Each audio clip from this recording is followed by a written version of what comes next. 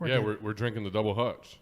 The Double Hutch, which was named by me. Drinking craft beer, having fun, and talking sports in the state of Michigan. You're listening to State of My Sports. Here we go. The Red Wings recap. All right. I'm going to do some reading here. I'm going to do my best, and then we'll jump in and have a good, nice little discussion. The Red Wings finished the season with 74 points and a 32-40-10 overall record. The decent start makes the numbers feel better, but it was such a bad second half. It leaves a bad taste in the mouth. For sure, the positive trend continues when you look at like the 2020 0.55 points per game, 2021 0.86 points per game, and now in 2022 they finished with a 0.902 points per game. Not a massive step by any means, but it is nice to see the progression. Now, way different than we wanted. Way different than we thought it was going to be. But it is what it is.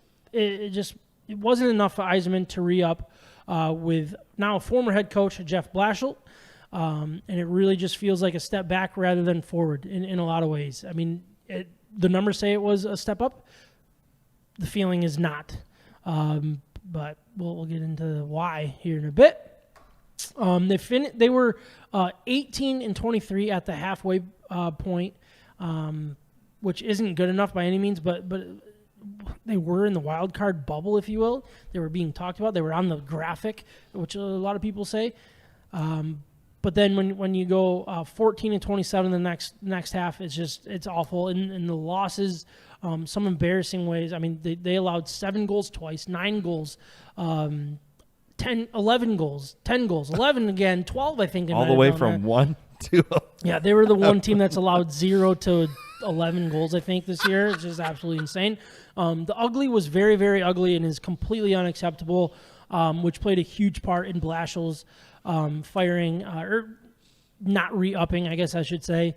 After re-upping. 7 years, I think it was. Vegas had the Wings over-under at point total at 77.5, which they did not hit. They finished 6th of 8 in the Atlantic Division, 1 point ahead of the Ottawa Senators and 19 points ahead of the Montreal Canadiens, and 8th from the bottom in the NHL. They were 25th in goals for at 230, 30th in goals against at 312, 4th worst goal differential at minus 82, which blows my mind that they were fourth with that number. Bad. Because man, that's a really bad number. They were 7th worst power play in the league at 16.3%. Well, playoff teams are well over the 20s, 25s, and the worst PK in the league at 73.8%. While you see teams have all the top 10 at 81% or better. They're 5th worst in shots against per game with 33.7. And then just ugly numbers across the board. And Yzerplan said it during his press conference, which I thought was really interesting, is he brought up, you fix the special teams, the wins will take care of themselves. I thought that was really interesting. And I think that's why you have to move on from this team. You got to move on from the head coach and assistant coaches. It is about getting those things figured out, and then everything else will take care of itself. That's kind of the way that hockey works. And I know it's weird to hear because... Very different from football. It is, yeah. You could have the best stats at something and it mean absolutely nothing. But, like, if you can upgrade this team in the special teams, that's when you turn... 10 losses into wins, that's a massive difference. Right. Massive difference. You're turning a profit, quote unquote, when you're talking power play, penalty kill. Mm-hmm. If you can be strong on both ends, because they happen very often, just like he said, it will take care of itself. Yep. So some of the player stats that were interesting. Dylan Larkin led the team with 31 goals. Tyler Bertuzzi just behind him at 30. Lucas Raymond, 23. And then you have 3 players over 20 goals. That is an issue. You have Mo Seider, a rookie, leading the team in assists with 43. Dylan Larkin led the team with points with 69. Tyler Bertuzzi, 62. And then you got Lucas Raymond at 57 and Seider at 50. You have 2 real rookies, true rookies, right there pushing the pace leading this team in the top 5 of this for this team in stats. Yep. That is a massive flag with what we're looking at. These guys, yeah, you can come in and have really good seasons and stuff, but you are supposed to have a handful of guys getting somewhere near 100 points. Like, I know that's a lot of points in the NHL, but every single one of these playoff teams, it seems like, are right in that 85 to 100 points. You got some guys getting 100, 120. They don't have the full stats here, but that's where that's a massive problem here for this team. The way you can look at it is, okay, big problem when you say we have a rookie defenseman leading in assists on the team. Yeah. Then on the other side of the coin, you go, that's kind of a nice problem. I like that. It is a nice, no doubt. But no, when you look at it, when you look at the rest of the roster, and you go, why is a rookie defenseman leading in assist? It's a problem. It is. It really is a problem because you're relying at that point on a rookie defenseman to be a playmaker. A rookie defenseman to be a playmaker. Like, how many times has that been said? Almost never. Yeah. That's not the way this goes. That's not the way a team is built. That's not the way a team runs. Mm-hmm. And, starting from the top. Yeah. It's an organization. Yeah. Starting from the top, I think is a good point. And, I mean, people are going to get excited about Dylan Larkin. Yeah, he 31 goals, 69 points. That's not enough. Where's Austin Matthews sitting at the end of the regular season? Austin Matthews had almost more goals than Larkin had points. 62? And look, I'm not looking to have Larkin be our Austin Matthews. That's not what I'm not setting that as the bar, but that's where you really, if you look at it in that way, that's where the problem is. And it's not Larkin's fault that he's only getting 69 points. If you get 69 points from your second, third line center, that's great to see. I love it. Like that's exactly what I want to see. But the high-end talent is not there. That is the issue. It lacks it's a drastically. Huge issue with this organization, and I think Yzerplan knows that, and I think he's working towards it. But when you continue to get screwed in the lottery and all that stuff, you're not getting that A-plus guy, which might not be in this draft. It's hard to say. We'll get into that here in a bit. But, we sucked. We had all of the sucking going on, and for a long time. We rewarded for it in a lot of ways. Now, don't get me wrong. I like that we ended up with Raymond. I like what I see from. I love Seider. So, do I think we might have got the best player in those drafts? Possibly. There's a really good chance, but that doesn't make it right. No, it doesn't make it right at all. But what did Yzerplan preach from day one? Patience. When he went to that podium. Patience. Patience. And actually, the patience started with Holland, who was like, guys, a long time ago. But he said this could be a 10-year rebuild. Yeah. Those were his words before he got canned and moved on, and we brought in Yzerplan and all that good stuff. So I'm starting to think that it might be because all of the good that we've seen and the excitement of these young guys, it's so far away. Okay. It is so far away. I know it's so far away, but can we give a little bit of praise towards Stevie going, we're not linked to these nasty contracts for these grumpy old men. Yep. That's the one thing that... At least we're there. That's one of the things that he has absolutely killed is he has gotten rid of these bad contracts somehow. I think he just puts fairy dust on it and it just turned into just disappeared. It's insane how he has washed away Holland's issues that he created, and now it's starting to become all right, now we rebuild. And I'm just looking at this we still got time. We still have to be patient. Yep. But I'll get into the what I expect and what I want to see, what I think we could see here shortly. But I did want to talk about some things that we said heading into the season. I did set some season goals. One was development of young players while learning if Blashill is or isn't the guy that can lead this room when they are ready to win. I think that answered. I think we developed Seider. I think we saw some development from Seider. I thought Raymond, obviously. I thought Rasmussen kind of came on. Zadina had his highs and lows, but like yeah. we're seeing it a little bit. And now what we're seeing is an opportunity to be a fresh start. We know that Blashill's not the guy. We don't have to try to defend keeping him now. Well, we're done and we and can over. just move on. We can wash our hands and go forward. Now, I don't know where that goes necessarily. I don't think it was his fault, but at the same time, we're at a point that we had to let him go. It was so ugly the second half that we absolutely had to let him go. Very ugly. Everything compounded. He's been tenured far too long. Mm-hmm. Now that you look back at it, Yeah, now 7 that you look years, I back think it at was. it, the longest tenured coach, right? It was the In second end- longest or second- behind Cooper in Tampa. Okay, all right. Yeah. So it was time. Yep. Oh, He- wow. Even in the NHL overall. The whole Wow. NHL, which is I didn't crazy realize that. how quickly they move through these guys. Right. And I do want to get into the coaching search here soon. I want to keep finishing what the do season it. goals we said. One that I said was be more competitive, game in and game out, and trust the goalies to be more aggressive on the offensive side. I think we kind of got exposed in that way. Oh, We had yes, so many we goals did. against. It was Yes. ugly. But I think they tried to at times, They tried to be more aggressive offensively and opened up the game defensively where they left their goalies out to dry. And the goalies kind of let them down at times, but they also played great at times. It was absolutely insane.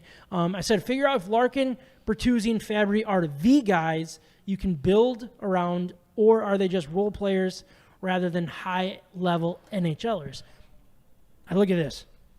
Now, I think Larkin is a high-ish end guy.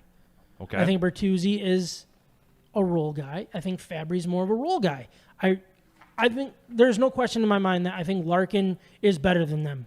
There's no question. But what this organization is and is expecting of them is they expect Larkin to be the elite talent on this team. That's what they're set it up to do. They set him up for that. Yep. Where Bertuzzi's like, hey, I was a third-round pick, second-round pick, late second round, it doesn't matter. But he's just kind of like, this is my game, and it works on any team, any place. You know what I mean? And whether I'm a top three guy or a top 9 guy, I'm going to bring the same type of game, and it's going to be great. You know what I mean? Where, I don't know, I just look at these 3 guys, and I might need to put Vron in there, but it's hard with the injuries that he faced. But these 3 guys, I can live with or without these guys. I really can. You guys know I'd rather live without Larkin because I think he's the valuable piece that we might be able to get better pieces for. But I can live with him. I think he does have his place in the league. I think he can be a very important player to this organization. But do I think he is what he's set up to be? No, I don't. Okay. I like that you say that because where I stand, okay, maybe I could do without Larkin. Maybe I could do without Fabry.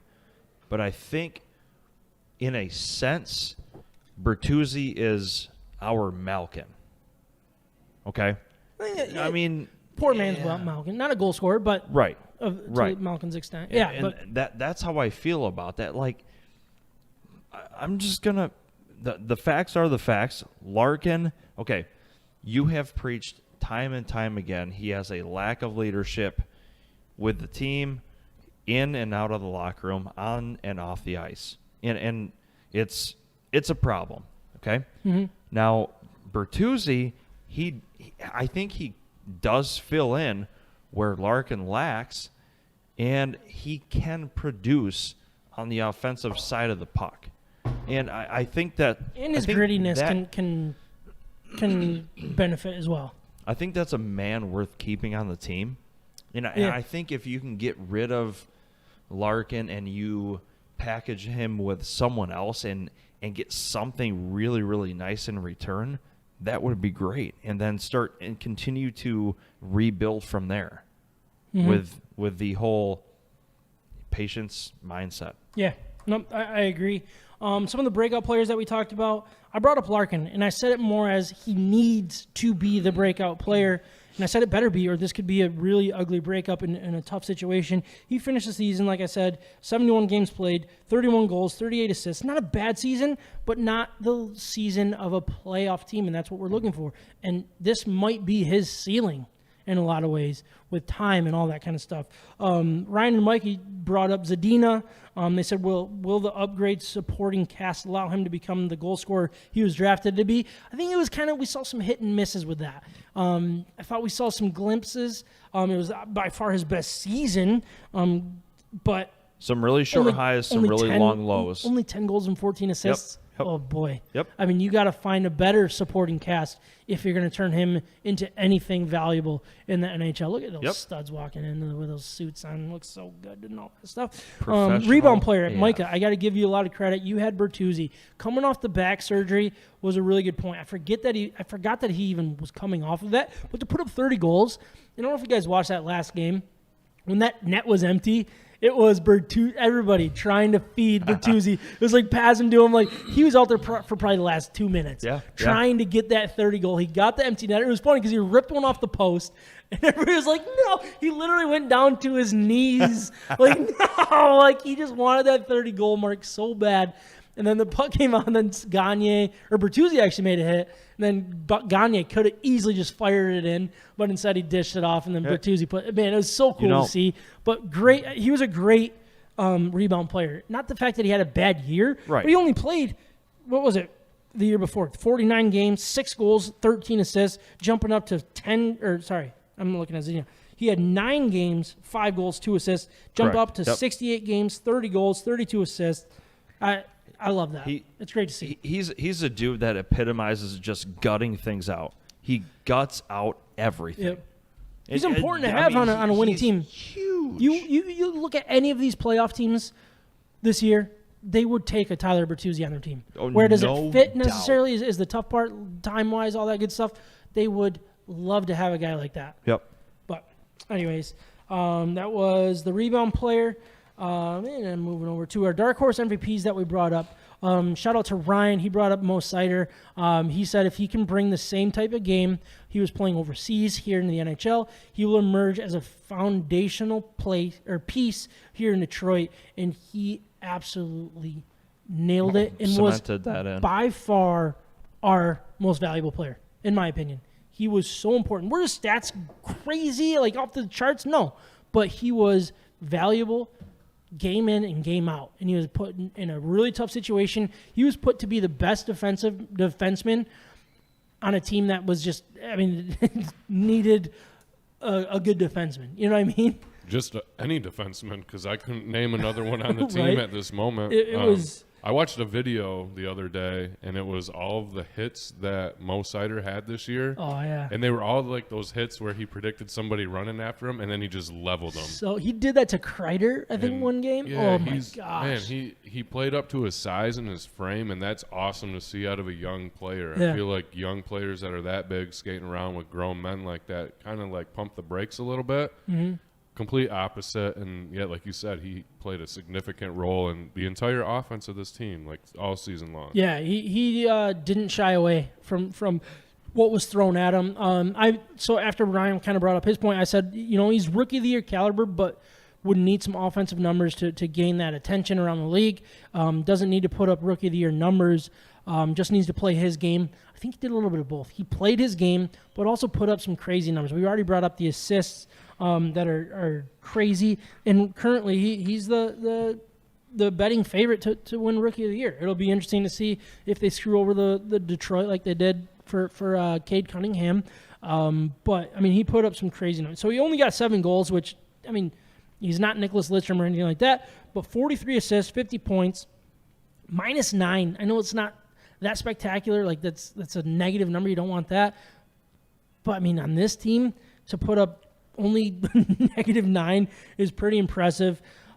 He was averaging 23 minutes and 3 seconds per game as a rookie. That's a lot, right? Against the best players in the league. Enormous. In a very, very tough division. All of those things. What he did was hands down one of the most impressive things that I've seen, and I can't probably ever for Detroit. For a rookie and all that kind of stuff. Like, I'm going to put that rookie year above like a Datsuk, over a Zetterberg, over the guys that we've grown to love. I obviously wasn't there for Lidstrom's. I think I was like maybe 2. I think he was 91, 92 was his first year. So like I was there physically, but wasn't watching the game yet, so I don't know. But, like, that's the best rookie I have seen come through Detroit in my lifetime. And it is so exciting to see. I hope he continues to develop. Yep. I hope he gets his due with the Rookie of the Year.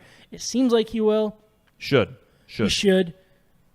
But then it comes to the flash. He didn't have the flash, but he had those hits too that I think opens the eyes up to some of these national guys too. I think the NHL is a bit more level-headed when it comes to that.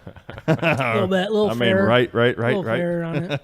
So, no, great rookie season. I think he has a long ways to go to get to that ceiling, which is nice to hear. I think fans across the NHL respect his game as a rookie as Absolutely. well. Where Yeah. maybe fans across the NBA don't respect Cade Cunningham. Side note, Detroit's in the running for 4 Rookie of the Years this year, right?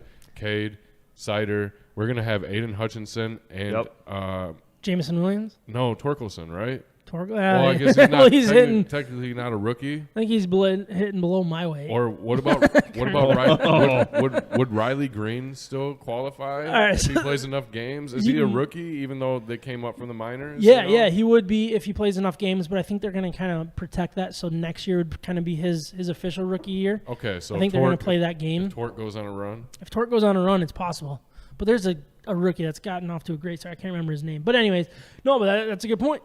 I mean, that'd be crazy. A lot of hope. He's got to turn it on because he's not doing well right now. But in all of those possible. circumstances, I could see them not winning the Rookie of the Year. And again, back to what Colin said, Detroit versus everybody. Yeah, Detroit versus everybody. Love that. What we learned, Yzerplan knows what he's doing when it comes to the draft. We were questioning and hoping that Seider and Raymond picks. It was more of like a hope and a trust that Yzerplan picked the right guys when it came to Seider and Raymond. And I already brought up the odds with Seider being minus 250 to win Rookie of the Year. You got Lucas Raymond in fourth at plus 750. When you look at the numbers compared to like Zegras and Bunting, he's right there. And Bunting, what he's doing, I mean, his numbers were probably a little better, but he's playing with, very, very high-end talent guys. Where Zegras, I mean, it's just about the flash more or less for him. But trusting Yzerplan is the key. And, like, getting into the lottery and stuff, it's like, yeah, you want to see you get the number one. But if we trust the guy who's making the decision at 8, which where he landed, we just got to continue to trust Yzerplan. And it's not because that he's our captain and we love him and he can't do anything wrong. It's because he's a really damn good GM. He's proven it. He's done it. And he understands the talent. Right now, his biggest job is to find the right coach, which, I mean, we kind of got to get into here when it comes to the offseason goals. I think you got to be confident. You got to be aggressive with this coaching hire. And it's not about who Vegas thinks. It's not about who State of My Sports thinks. It's not about what anybody thinks. It's about what Yzerplan thinks. And again, just trust the fact that he has a vision of what this team what he wants this team to play with or play as. It doesn't need to be a splash. It just needs to be the right guy. Bring this team to the next level, not to the mountaintop. This coach, and I truly believe this next head coach is not the guy that's going to bring the Red Wings to the next mountaintop. I don't believe that at all. We need a guy that's going to take us to the next level, that's going to teach these young guys how to become true NHL players. That's what I want to see. We need the hard-nosed guy. We need the Babcock, if you will, that's going to challenge his captain, challenge his players. And I'm not saying Blashill didn't do this. I'm not behind the scenes with all that kind of stuff. But he seemed more like a player coach. We need the hard-nosed guy that's like, no BS. This is my team. Prove to me that you can play in this league. Sorry, I kind of lost my spot. It's just kind of like a pick your poison type thing. I believe Yzerplan could go player coach and the guy that has been there, done that, played in the league, or you could go out and get like a Barry Trotz, who's proven head coach that people might respect too. It's about getting the respect of this locker room. It's about getting the guy that's going to walk in and be like, okay, this is my team now. This isn't anybody else's. I've got the vision of what I want my teams to be.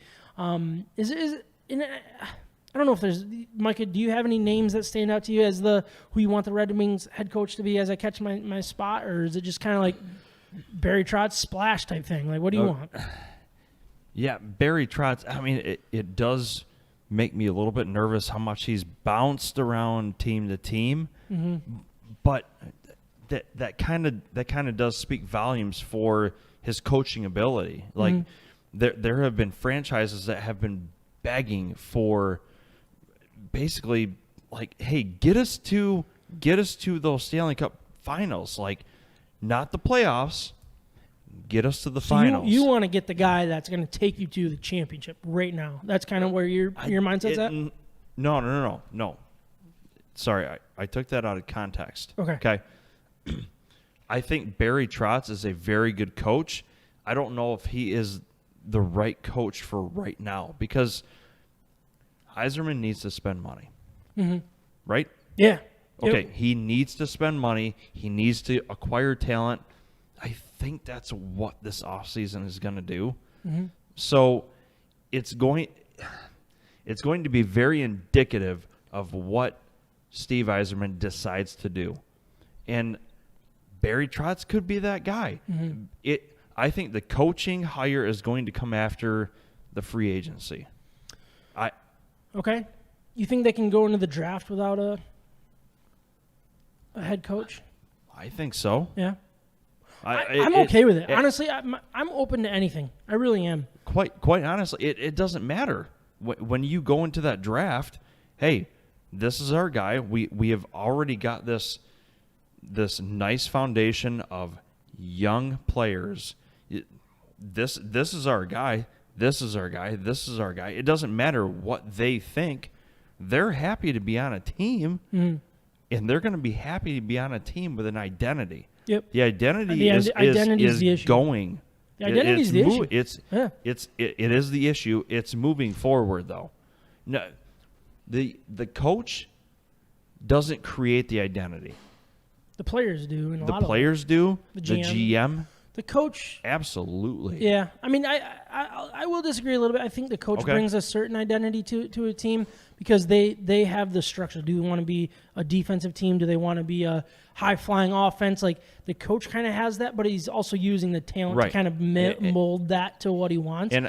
And I'm not trying to be a smart you-know-what. Yeah, no, I get what you're saying. But what I'm saying is, who hires the coach? The GM. Of what he wants his team to be and how he wants them to play. If I could pick anyone in the league to just, like, if all of the coaches just were available. I like that. I would take Rod Brindamore for the Carolina. From Carolina. Hated him as a player. Absolutely hated him as a player.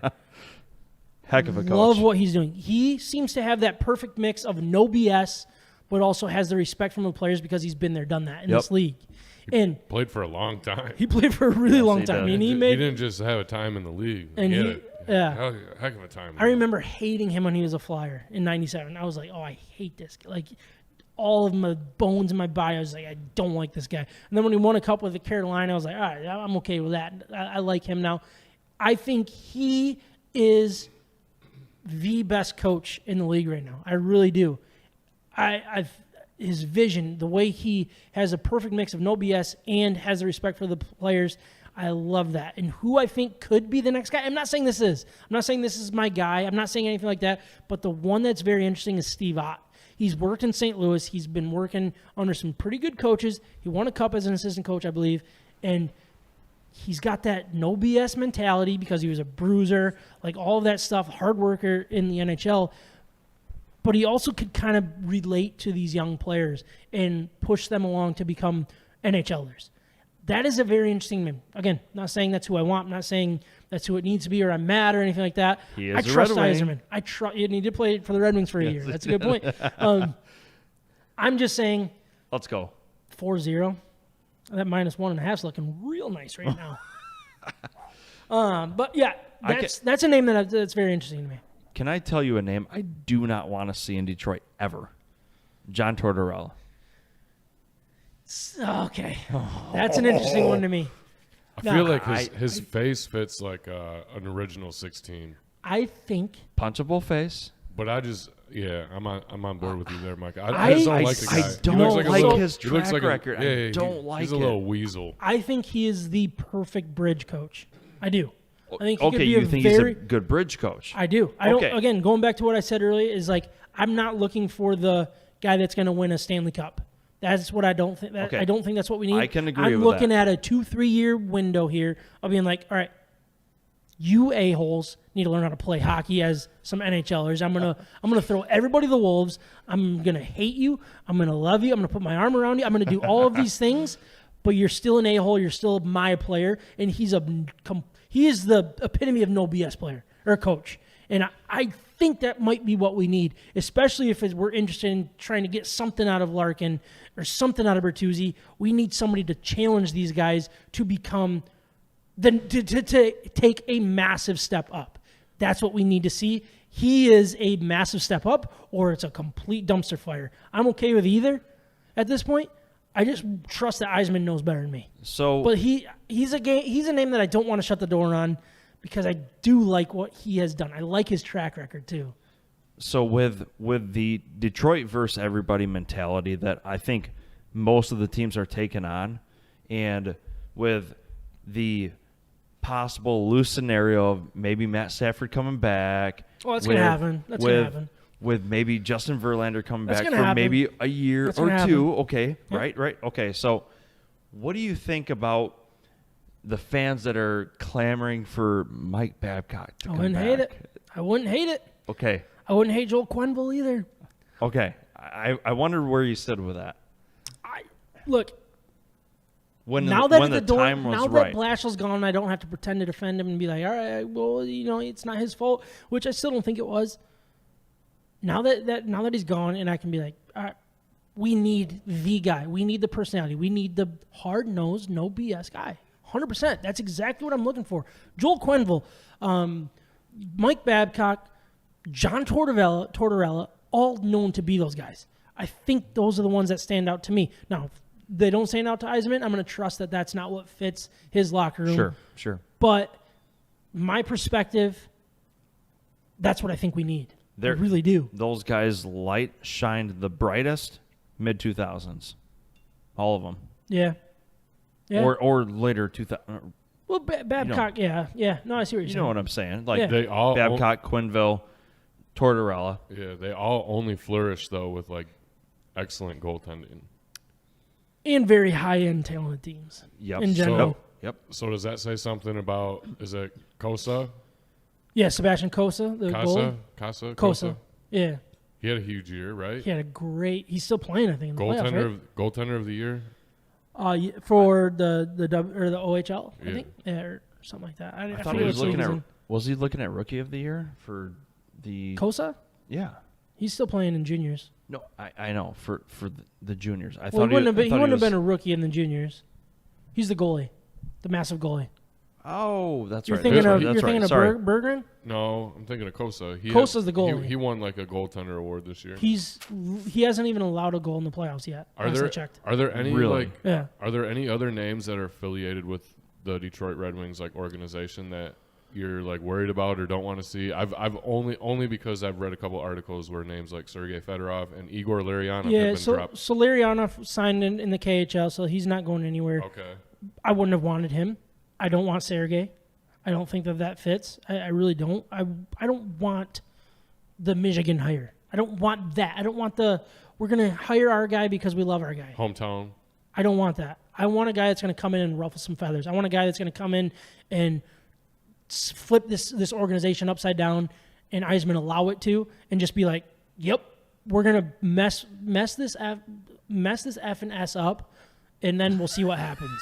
I just didn't know how you felt about maybe like a European hockey coach, like dealing with some of these younger guys. It's not necessarily a European like negativity, but like I don't know. I have a vision that it needs to be a hard-nosed guy. Europeans usually aren't hard-nosed guys, so hard-nosed and a little old school, right? A little old school would be really nice, really nice. Suave. But I would also love Steve Ott is an interesting name to me, so I'm going to keep an eye on. But let's keep moving. Some other off-season goals. Let me just kind of move through it here. Along with bringing in the right coach, Yzerplan needs to bring in the right or multiple veteran leaders that will command this room from day one. Yeah, I'm going to continue to stick with my Larkin is not a leader thing, but this team he's not the guy that's going to take him to the next level. They need to find the guy in free agency or through trade that will come in and be the leader of an original six organization the day he walks in. Do you That's have what an I want idea to see. of who you like? All right, might be pipe dreams. They honestly might be. I don't know. Claude Okay. Giroux. Let's say he goes out and wins a championship with Florida. Yep.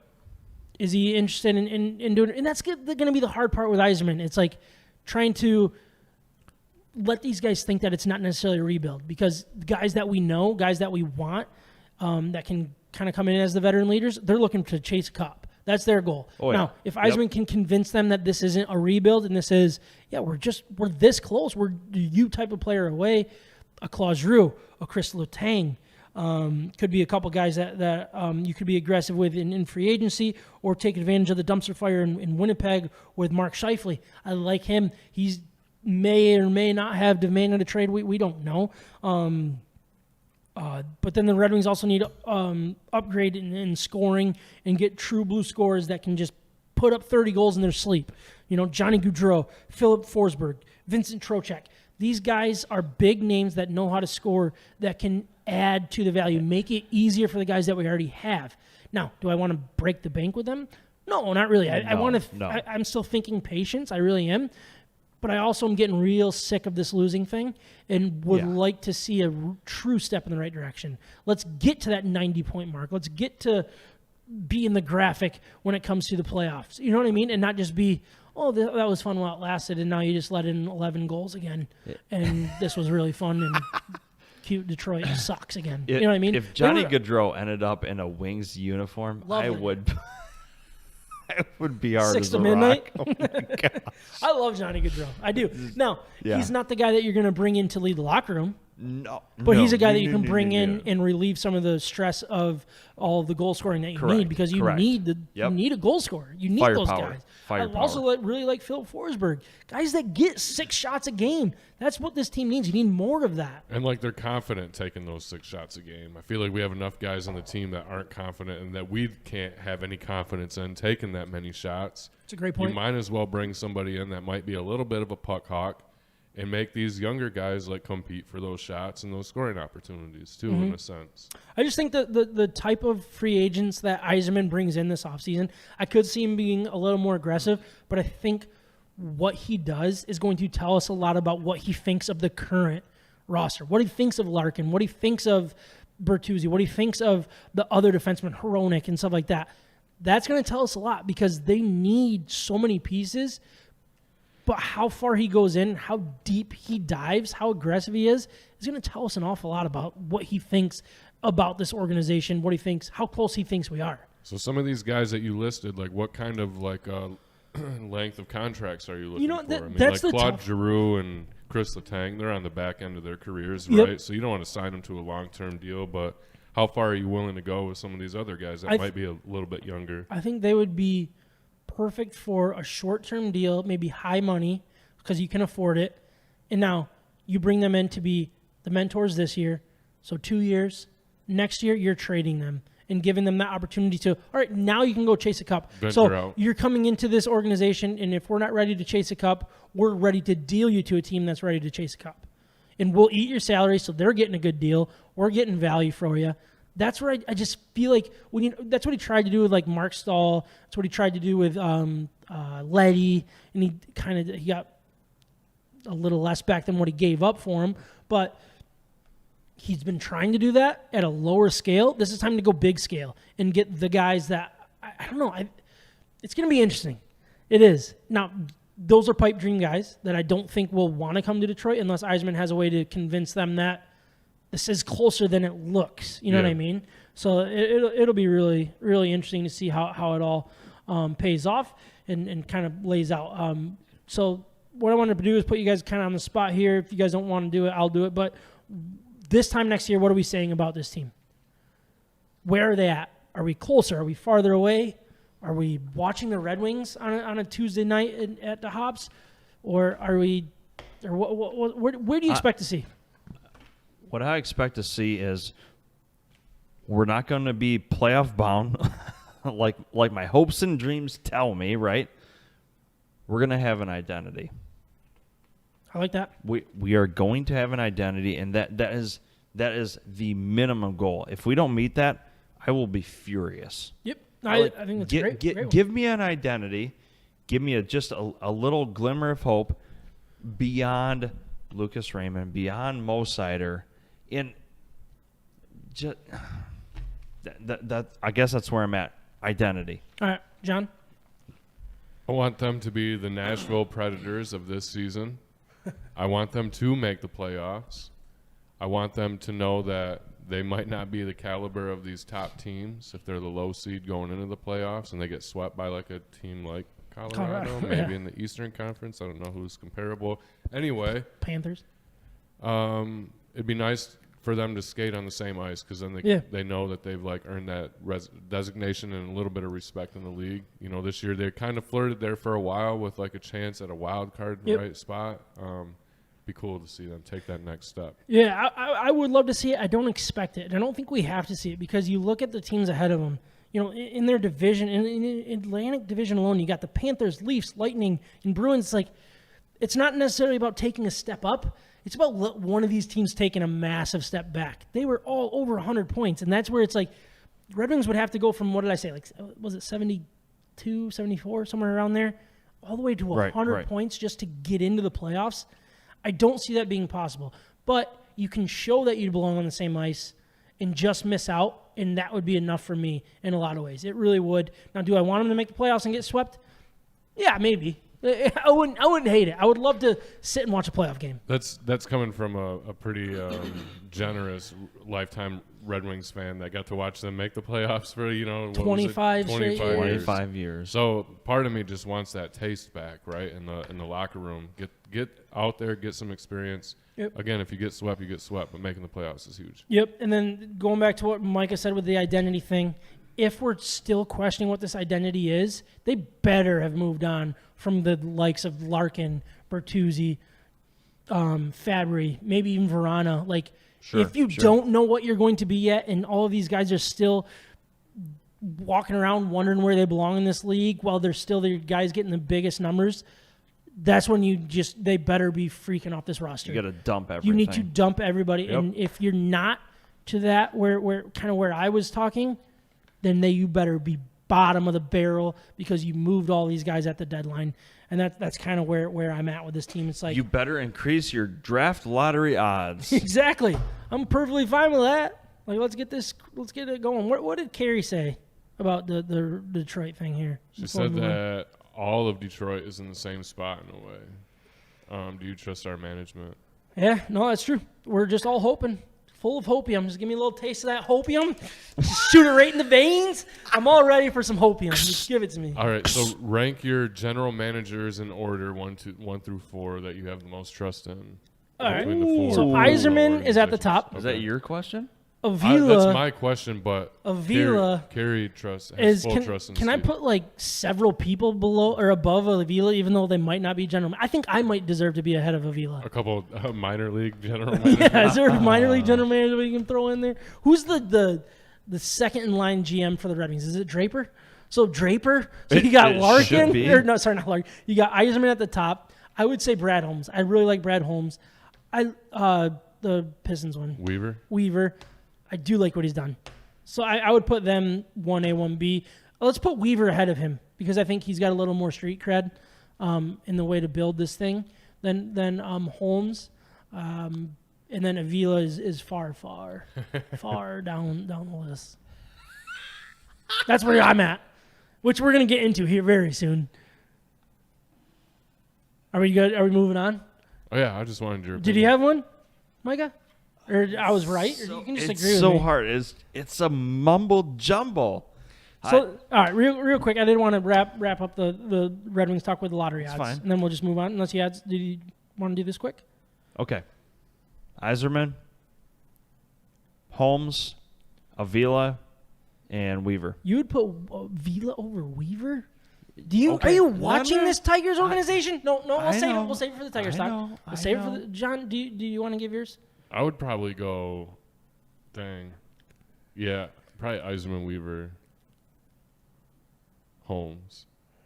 Yeah, Avila. I can't. Yeah, Avila sucks. I wouldn't even waste my pencil lead on that. Like, I don't even think we should put him on the list because he's so bad. Man, you guys. Just get him off the list. He's not even. Okay, all right. My dog could have drafted who they drafted. I don't even have a dog. My dog. I think Holmes and Weaver have an opportunity to jump ahead of Yzerman after this upcoming season. Would love to be saying that this time next year. Especially Holmes, honestly. If Holmes can jump into the GM of the year for the Red Wing or for the state of Michigan, I would be so hard for so long. You guys, I'd be calling a doctor because it'd be over 6 hours or whatever the rule is. 3 hours? Call a doctor. You wouldn't call a doctor. Your wife would be really happy. That has never happened. I'm just kidding. I'm just kidding. I love my wife. I She's very am happy. trying to help you. So the lottery odds, it all happened. The Red Wings ended up where they were supposed to at 8th overall. Darn it. I don't want to get too much into the. I was hoping that they would like repay us for Are the you crap we took. freaking kidding me? I'm not angry about it as you. Are you angry about it? I'm just kind of like, Sam. finally. I'm disappointed. They didn't drop. They didn't drop Are any you spots. That's a kidding? positive step in the right direction. No, okay. Can I tell you why I'm mad? All right, basically where their odds were at. There's a 6% chance of getting 1, 6.4% chance of getting 2, 64.4 to get 9. Wait, so they actually – oh, no, sorry. 8. 54.4 to get 8, 30% to get 9, and 3.2% to get 10. So the odds Oh, cute. it landed where it was supposed to. Oh, wonderful. Here we Oh, look at Stafford, everything's too. fine. Just let it be, okay? No. Are you kidding me? All of the times That we fell. for how bad we have been for how many freaking years. Okay. Name the teams that have jumped ahead of us when you and I were like absolutely furious, just screaming pissed. There's many. That we either fell or teams that jumped ahead of us that should not have jumped ahead of us. The year when Chicago drafted Kirby Dodge. Kirby Dodge. Yeah, Doc. Okay. Are you kidding me? Yeah. Oh, It sucks, man. Start naming them. I can't tell you you're wrong for being mad that we got screwed over for previous years. Oh, and just another one. Just add it We up. didn't get screwed this year. We didn't get screwed. We landed where we were supposed to land. And that's where I'm just going to be like, okay, if I got so angry that we got screwed over and fell, then I got to just be content the fact that we didn't skyrocket. Now, do I think if it's rigged that they should have paid us a little favor and be like, we screwed you over for like the last 4 years, so here's a bone and here's 1 or 2 or 3? Yeah, I would love that. I would have absolutely loved it. Okay. And I think we deserve it as Red Wing fans, but the fact that we didn't fall, we didn't rise, that's the way it should be. I'm okay with it. Sure. Now, we'll get into the prospects moving later on, but it would have been nice the last 3-4 years. Yeah, that's why I don't want to get angry this year because of the last 3-4 years. That's where I'm at. But I understand your anger. And I do. Let's add next year because we're going to suck next year. No, we're not going to suck next year. We're going to get 90 points because we're going to sign Giroux and Chris Letang. Okay. And then Larkin might be gone. He's going to be part of the Mark Scheifele deal. We're actually going to be really good next year. Perfect. I got it all laid out. Holy smokes. I can lay out more details later on. Okay, all right. Let's do this. Those are all the things that I think that should happen. Don't score, please. Thank you. All right, thank you. Still sitting good.